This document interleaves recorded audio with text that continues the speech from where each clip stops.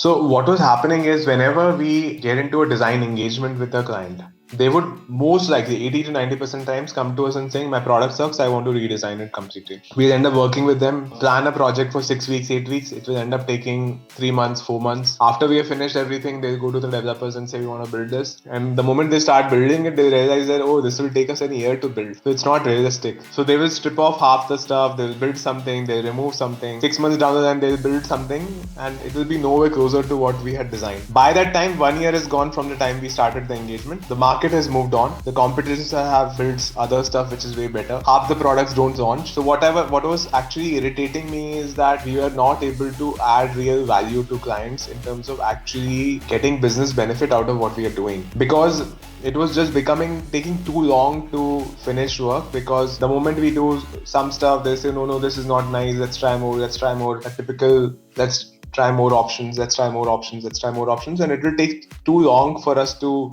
get done with design and then way longer for it to do development. So there was no real value getting added. At the same time, design around that time was going in-house. So good product companies were building in-house teams for the same reason, where they realized that design is not something that you do once and then forget about it.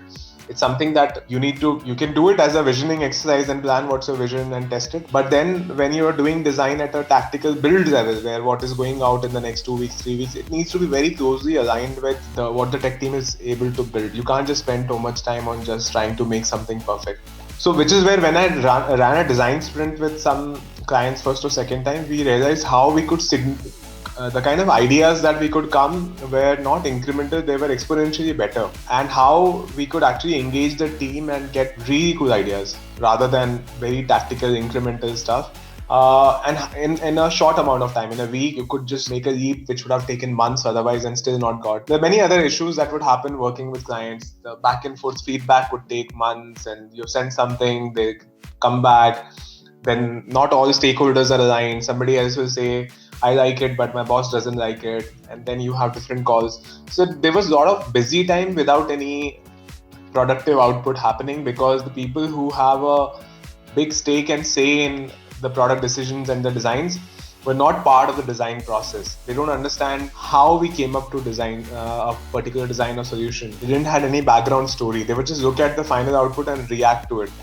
So the solution or the final solutions were always disconnected with what problem did we try to solve? How did we come to that point? And when I ran a sprint and I saw, okay, I can have these two people, very high level stakeholders in the room, and work with them, get them to be a part of solutions. There was complete alignment. They were bought in. And in 1 week, we were able to make rapid progress. Also, we were able to disconnect the solution layer and the presentation layer of our work. So what I mean by solution layer is just solving problems and coming up with ideas or solutions which will actually solve problems and give business impact, versus just trying to make it pretty and interactions and visually nicer. We were able to separate both because of the way we were approaching it, which had huge gains, because a lot of times we were just getting biased with how things look visually and just spending forever and making that perfect without solving the problem and getting distracted. But in this approach, we were able to solve problems, test whether they're working or not. And once we are confident, that's when we were moving on to saying, okay, now this is done. This needs to be built. So let's take parts of that and make them visually better where they're ready to go to production.